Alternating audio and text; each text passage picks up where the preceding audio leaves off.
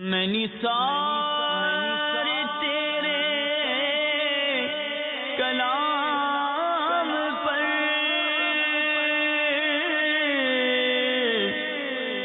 ملیوں تو کس کو زبان نہیں،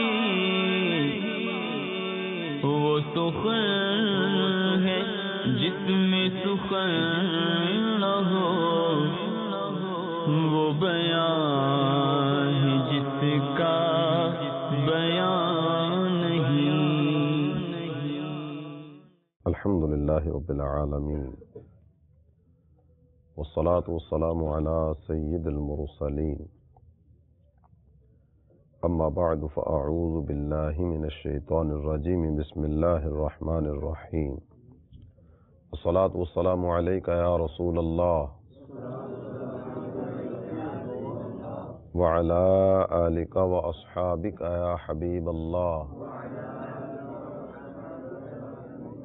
والصلاة والسلام عليك يا نبي الله وعلى آلك وأصحابك يا نور الله۔ میرے پیارے اسلامی بھائیوں اور مدنی چینل کے ناظرین، ہم اس وقت مدنی چینل کے سلسلے پیارے آقا کی پیاری باتیں میں حاضر ہیں۔ جیسا کہ نام ہی سے ظاہر ہے کہ اس مبارک سلسلے میں ہم اپنے پیارے آقا صلی اللہ تعالی علیہ وآلہ وسلم کی پیاری پیاری باتیں سننے کی سعادت حاصل کریں گے۔ آئیے سلسلے کی ابتدا نبی رحمت شفیع امت صلی اللہ تعالی علیہ وآلہ وسلم کی ذات ستودہ صفات پر ہدیہ صلاۃ والسلام پیش کرنے کی فضیلت سننے سے کرتے ہیں۔ ایک صاحب کو مرنے کے بعد کسی نے خواب میں دیکھا، پوچھا ما فعل اللہ بکا، یعنی اللہ عز و جل نے تمہارے ساتھ کیا معاملہ کیا؟ کہنے لگے میرے رب کا کرم ہوا، مجھے بخش دیا گیا۔ پوچھا کس وجہ سے؟ کہنے لگے کہ ایک دفعہ ایک محدث، یعنی علم حدیث کے بہت بڑے عالم کو محدث کہا جاتا ہے، ایک دفعہ ایک محدث کی خدمت میں حاضر تھا، انہوں نے درود پاک کی فضیلت پر مشتمل ایک حدیث سنائی۔ جب میں نے وہ فضیلت سنی تو میں نے جوش محبت میں بآواز بلند درود پڑھا۔ مجھے درود پڑھتا دیکھ کر وہاں جتنے بیٹھے ہوئے تھے نا، سب درود پڑھنے لگے۔ بس میرے رب کو میری یہی ادا پسند آئی اور مجھے بخش دیا گیا۔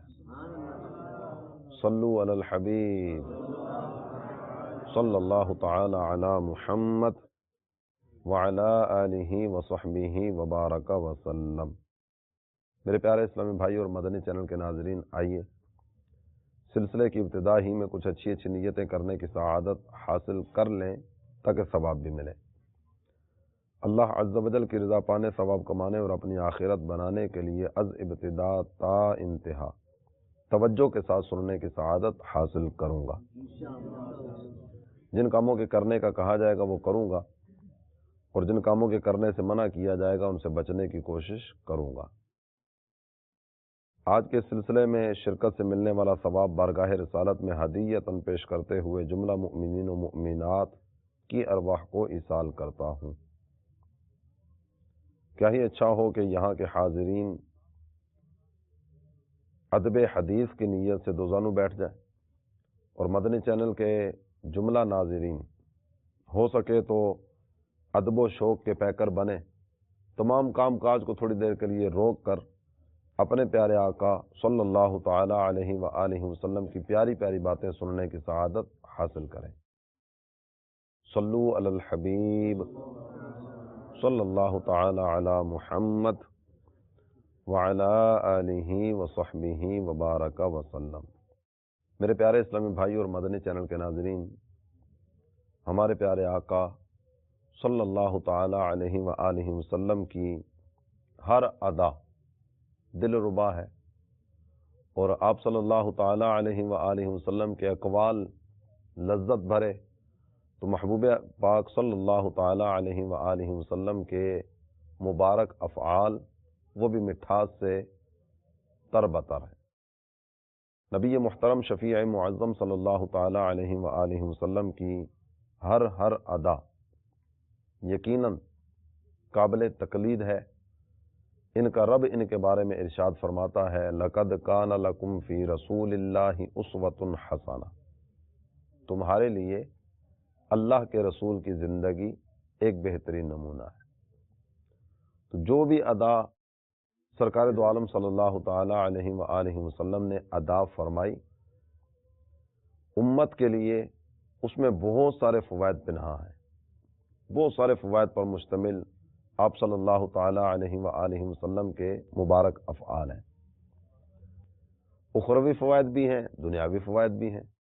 کسی بھی سنت کو آپ لیں تو سنت محبوب اکرم صلی اللہ تعالی علیہ وآلہ وسلم پر عمل کے اخروی فوائد، اس سے تو کسی کو انکار ہے ہی نہیں ہے کہ سرکار کی ادا کو ادا کریں گے اللہ راضی ہوگا، نبی پاک صلی اللہ تعالی علیہ وآلہ وسلم کی محبت میں اضافہ ہوگا، اور جس قدر اخلاص کے ساتھ اس پر عمل کریں گے اس قدر نیکیوں کا ذخیرہ بھی جمع ہوتا چلا جائے گا۔ ہمارے پیارے آقا صلی اللہ تعالی علیہ وآلہ وسلم کو مسواک، اس سے بہت زیادہ محبت تھی۔ آپ صلی اللہ تعالی علیہ وآلہ وسلم کے مسواک کے استعمال کے معمولات شریف کس کس طرح کے ہیں اور کس قدر آپ صلی اللہ تعالی علیہ وآلہ وسلم مسواک استعمال فرمایا کرتے تھے، ان میں سے چند باتیں آج سننے کی سعادت حاصل کریں گے۔ جس حدیث مبارکہ کو سرنامہ بیان کے طور پر میں آپ کی خدمت میں پیش کر رہا ہوں، اس کو امام مسلم نے اپنی صحیح میں ذکر کیا۔ حضرت شریح ابن ہانی رضی اللہ تعالی عنہ آپ اس بات کو روایت کرتے ہیں، حضرت شریح ابن ہانی یہ تابعین میں سے ہیں۔ تابعی ان شخصیات کو کہا جاتا ہے کہ جنہوں نے نبی محترم صلی اللہ تعالی علیہ وآلہ وسلم کے مبارک صحابہ میں سے کسی کی صحبت پائی ہو۔ حضرت شریح ابن ہانی آپ تابعی بھی ہیں اور مجتہد کے درجے پر بھی فائز ہیں۔ آپ کے والد محترم حضرت ہانی ابن یزید یہ صحابی رسول ہیں، نبی پاک صلی اللہ تعالی علیہ وآلہ وسلم کی خدمت اقدس میں آپ حاضر ہوتے رہے، اور یہ حضرت شریح رضی اللہ تعالیٰ عنہ یہ حضور انور صلی اللہ تعالی علیہ وآلہ وسلم کے مبارک زمانے میں پیدا ہو چکے تھے۔ ان کے والد محترم حضرت ہانی نبی پاک صلی اللہ تعالی علیہ وآلہ وسلم کی خدمت اقدس میں حاضر ہیں۔ آپ صلی اللہ تعالی علیہ وآلہ وسلم نے دوران گفتگو ان سے استفسار فرمایا کہ اے ہانی تمہارے بچے کتنے ہیں؟ انہوں نے عرض کی حضور میرے 3 بچے ہیں، شریح، عبداللہ اور مسلم۔ نبی پاک صلی اللہ تعالی علیہ وآلہ وسلم نے جب یہ سماعت فرمایا تو ارشاد فرمایا کہ ہانی تمہاری کنیت ابو شریح یہ رکھتا ہوں۔ سرکار نے کنیت بھی عطا فرما دی۔ تو یہ حضرت شریح مولا مشکل کشا علی المرتضیٰ کرم اللہ تعالی وجہہ الکریم آپ کی خاص رفاقت ان کو میسر تھی۔ حضرت علی مرتضیٰ رضی اللہ تعالیٰ عنہ کے مبارک دور میں آپ قاضی بھی رہے۔ فرماتے ہیں سألت عائشہ بأی شیء کان یبدأ رسول اللہ صلی اللہ علیہ وسلم اذا دخل بیتہ قالت بالسواک۔ فرماتے ہیں میں نے اپنی امی جان سیدہ عائشہ صدیقہ طیبہ طاہرہ رضی اللہ تعالی عنہا جو کہ تمام مومنوں کی ماں ہے، ان سے سوال کیا کہ یہ بتائیے کہ جب ہمارے پیارے آقا صلی اللہ تعالی علیہ وآلہ وسلم کا شانہ اقدس میں داخل ہوتے تو گھر میں داخل ہونے کے بعد سب سے پہلا کام کیا کیا کرتے تھے؟ گھر میں داخل ہونے کے بعد ہر ایک کے اپنے اپنے معمولات ہوا کرتے ہیں۔ حضور انور صلی اللہ تعالی علیہ وآلہ وسلم جب گھر میں تشریف فرما ہوتے تو گھر میں داخل ہونے کے بعد آپ کے ابتدائی کام ان میں سے کیا تھا؟ ہماری امی جان سیدہ عائشہ صدیقہ طیبہ طاہرہ رضی اللہ تعالی عنہا آپ نے جواباً ارشاد فرمایا بالسواک. سرکار جب گھر میں داخل ہوتے تو گھر میں داخل ہونے کے بعد پہلا عمل شریف مسواک کرنا ہوا کرتا تھا. مسواک سے ہمارے آقا صلی اللہ تعالی علیہ وآلہ وسلم کی محبت کا اظہار، اور مسواک کو کس انداز میں سرکار نے نوازا، اس میں سے ایک ادائے دل و ربا ہمارے سامنے آئی. کیا ہی اچھا ہو کہ یہاں کے حاضرین، مدنی چینل کے ناظرین اپنے کریم آقا صلی اللہ تعالی علیہ وآلہ وسلم کی اس پیاری پیاری ادا کو ادا کرنے کی نیت کریں. ہمارے ہاں آج کل دانت صاف کرنے کے لیے ٹوتھ پیسٹ وغیرہ، ٹوتھ برش وغیرہ استعمال کیا جاتا ہے.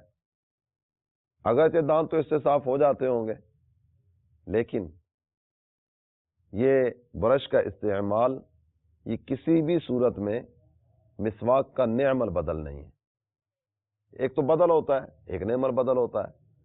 در حقیقت اگر بات کی جائے نا تو یہ ٹوتھ برش وغیرہ کا استعمال جو ہے مسواک کا بدل بھی نہیں ہے. بدل ہوگا تو پھر اس کے بعد ہم نعم البدل کی بات کریں گے نا. نعم البدل کہا جاتا ہے اچھے بدل کو، یعنی اس سے بہتر. تو جو چیز مقابلے میں نہیں ہے وہ اس سے بہتر کیسے ہو سکتی ہے؟ نبی پاک صلی اللہ تعالی علیہ وآلہ وسلم نے جس چیز کو شرف بخشا اور آپ صلی اللہ تعالی علیہ وآلہ وسلم نے جس چیز کو نوازا، یقیناً اس کی برکتیں بہت ہی زیادہ ہیں. سرکار دو عالم صلی اللہ تعالی علیہ وآلہ وسلم کا مسواک شریف سے محبت فرمانا مسلمان کے لیے تو یہی کافی ہے کہ سرکار نے اس کو اختیار فرمایا، سرکار نے اس کو پسند فرمایا. لیکن آپ صلی اللہ تعالی علیہ وآلہ وسلم مسواک کے بارے میں کیا ارشاد فرماتے ہیں، ان میں سے ایک فرمان آپ کی خدمت میں عرض کرتا ہوں. حضرت سیدنا ابو ہریرہ رضی اللہ تعالی عنہ، آپ راوی ہیں، امام بخاری اور امام مسلم دونوں نے اپنی صحیح میں اس بات کو ذکر کیا. فرماتے ہیں اللہ کے پیارے حبیب صلی اللہ تعالی علیہ وآلہ وسلم نے ارشاد فرمایا لولا ان اشق علی امتی لامرتهم بتاخیر العشاء وبالسواک عند کل صلاۃ. فرمایا کہ اگر اپنی امت پر یہ امر مجھے گراں محسوس نہ ہوتا، یعنی میری امت مشقت میں نہ پڑ جاتی یا امت کے مشقت میں پڑنے کا خدشہ نہ ہوتا، تو میں دو چیزیں ان پر لازمی کر دیتا. پہلی چیز، نماز عشاء اس کو تاخیر کے ساتھ ادا کریں. اس چیز کا حکم دیتا نماز عشاء کو مؤخر کریں، اور دوسرا ہر وضو کے وقت مسواک کریں. تو یہ دو چیزیں میں اپنی امت پر لازم کر دیتا. اب یہاں دو چیزیں ہمارے سامنے آتی ہیں. پہلی بات تو یہ کہ نبی پاک صلی اللہ تعالی علیہ وآلہ وسلم آپ بإذن الہی احکام کے مالک ہیں. جس چیز کے بارے میں امت کو فرمائیں، امت پر لازمی ہوگا کہ نبی پاک صلی اللہ تعالی علیہ وآلہ وسلم کی اطاعت فرمائیں. نبی محترم صلی اللہ تعالی علیہ وآلہ وسلم اللہ تعالی جل جلالہ کی عطا سے جس چیز کو چاہیں اپنی امت پر فرض کریں، جس چیز کو چاہیں اپنی امت پر حرام قرار دیں، اور جس چیز کے بارے میں چاہیں، ایک اصول ذکر کیا گیا، جس چیز کے بارے میں چاہیں، جس کو چاہیں اس اصول پر رکھیں، اور جس کو چاہیں اس اصول سے مستثنا فرما دیں. اللہ کی عطا سے اللہ کے نبی صلی اللہ تعالی علیہ وآلہ وسلم مالک ہیں. یہاں سرکار دو عالم صلی اللہ تعالی علیہ وسلم اسی چیز کا ذکر فرما رہے ہیں کہ اگر مجھے اپنی امت کے مشقت میں پڑنے کا ڈر نہ ہوتا نا، تو ہر وضو کے وقت مسواک کرنا ان پر لازم کر دیتا. تو سرکار دو عالم صلی اللہ تعالی علیہ وآلہ وسلم کے اختیارات، ایک تو اس حوالے سے ایک بات ہمارے سامنے آتی ہے، اور دوسری چیز جو ہمارے سامنے آتی ہے وہ یہ کہ سرکار دو عالم صلی اللہ تعالی علیہ وآلہ وسلم مسواک سے کتنی محبت فرماتے ہیں، کتنا پیار فرماتے ہیں. سرکار کی ایک خواہش کا اظہار ہو رہا ہے نا. وہ خواہش کیا ہے کہ اگر اپنی امت کے مشقت میں پڑنے کا ڈر نہ ہوتا نا، تو ان کو حکم دے دیتا کہ تم پر لازمی ہے کہ وضو سے پہلے مسواک کیا کرو. یہ چیز ان پر لازم کر دیتا. تو اگرچہ سرکار دو عالم صلی اللہ تعالی علیہ وآلہ وسلم نے امت پر یہ چیز لازم نہیں فرمائی، لیکن اپنی ایک خواہش کا اظہار تو فرمایا۔ آپ صلی اللہ تعالی علیہ وآلہ وسلم کی مسواک سے محبت، اس کا اظہار تو ہوا۔ نبی پاک صلی اللہ تعالی علیہ وآلہ وسلم کا اپنا عمل شریف وہ تو ہمارے سامنے آیا، تو کیوں نہ اپنے آقا کی اس دلی خواہش کو پورا کرتے ہوئے ہم ہر وضو کے وقت مسواک کرنے کی عادت بنائیں، ہر وضو کے وقت مسواک کی عادت بنائیں۔ یہ اسی صورت میں ہو سکے گا کہ مسواک ہمارے پاس موجود ہو۔ ہمارے شیخ طریقت امیر اہل سنت، جو کہ نبی پاک صلی اللہ تعالی علیہ وآلہ وسلم کی سنت سے محبت کرنے والے بھی ہیں اور سنت کی محبت تقسیم کرنے والے بھی ہیں۔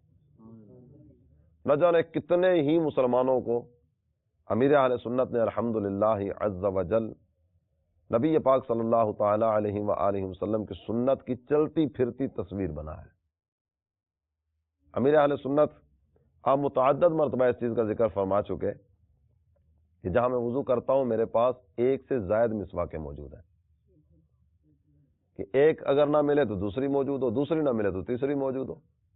مسواک سے محبت کا، نبی پاک صلی اللہ تعالی علیہ وآلہ وسلم کی سنت سے محبت کا ایک انداز ہے ہمارے شیخ طریقت امیر اہل سنت کا۔ تو میرے مدنی چینل کے ناظرین اور یہاں کے حاضرین، آئیے ہم سب نیت کریں کہ انشاءاللہ عز وجل ہم بھی اس ادائے دل ربا کو اپنانے کی نیت کریں گے۔ اللہ تعالی ہمیں عمل کی توفیق عطا فرمائے۔ مسواک کے بارے میں سنت یہ ہے کہ یہ کسی پھولدار یا پھلدار درخت کی نہ ہو۔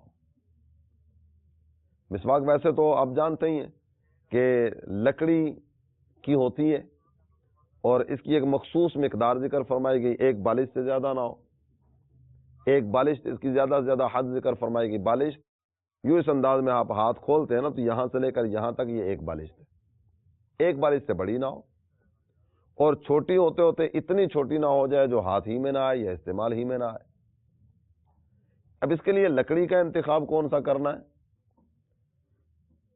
پھلدار یا پھولدار، اس درخت کی نہ ہو، کڑوے درخت کی ہو تو یہ مناسب ہے، کڑوے درخت کی ہو، اور اس کی موٹائی چھنگلیاں، یہ جو ہاتھ کی چھوٹی انگلی ہے نا، اس کو چھنگلی کہا جاتا ہے، اس جتنی ہو، بہت زیادہ موٹی بھی نہ ہو، بہت زیادہ موٹی ہوگی تو مسوڑے زخمی کرے گی، اور اس سے زیادہ اگر چھوٹی ہوگی تو دانت کی صفائی کا صحیح طرح سے کام نہیں کرے گی۔ تو کم از کم مسواک جو ہے وہ اس کی موٹائی چھنگلی کے برابر ہو، لمبائی ایک بالش سے زیادہ نہ ہو، اور جس وقت مسواک کی جائے گی تو دانتوں کی چوڑائی میں مسواک کی جائے گی۔ دانت نہ ہوں یا عورتیں جس کے دانت نہ ہوں اس کے لیے تو یہ ہے کہ وہ انگلی پھیر لیا کرے، اور عورت کے لیے یہ ہے کہ وہ مسی وغیرہ یا کوئی اور چیز جو ہے اس سے اپنے دانت وغیرہ صاف کرے۔ نبی پاک صلی اللہ تعالی علیہ وآلہ وسلم کی یہ پیاری پیاری ادا مسواک شریف، اس کے فوائد بھی اطباء نے بھی ذکر فرمایا، محدثین نے بھی احادیث کے شروع میں اس کے بارے میں ذکر فرمایا کہ مسواک کے فائدے کیا کیا ہیں، کثیر فوائد اس کے ذکر کیے گئے۔ اس کے فائدوں میں سے ایک بہت بڑا فائدہ آپ کی خدمت میں عرض کروں، ہم میں سے ہر ایک کی تمنا، صرف یہاں کے حاضرین کی نہیں بلکہ جو بھی مسلمان ہے نا، ہر مسلمان کے دل کی تمنا یہ ہے کہ اللہ تعالی جل جلالہ نے ایمان کی دولت عطا فرمائی، ایمان ہی پر خاتمہ ہو، ایک لمحے کے لیے بھی ہمارا ایمان ہم سے نہ چھنے، ہر مسلمان کے دل کی یہ تمنا ہے، ہر ایک یہ چاہتا ہے۔ تو مسواک کے فوائد میں سے ایک بہت بڑا فائدہ یہ ذکر کیا گیا کہ جو مسواک کا عادی ہے مرتے وقت اسے کلمہ نصیب ہوگا، بہت بڑا فائدہ ہے۔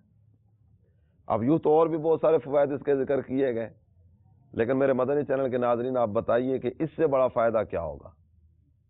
یعنی مسواک ایمان کی سلامتی کی صنعت، مسواک کا عادی مرتے وقت اسے کلمہ نصیب ہوگا۔ اللہ تعالیٰ توفیق عمل خیر عطا فرمائے، آمین، بجاہ النبی الامین صلی اللہ تعالی علیہ وآلہ وسلم۔ میں نثار تیرے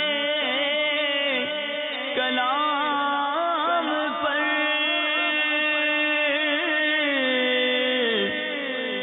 ملیوں تو کس کو زبان نہیں، وہ سخن ہے جس میں سخن نہ ہو، وہ بیان ہے جس کا بیان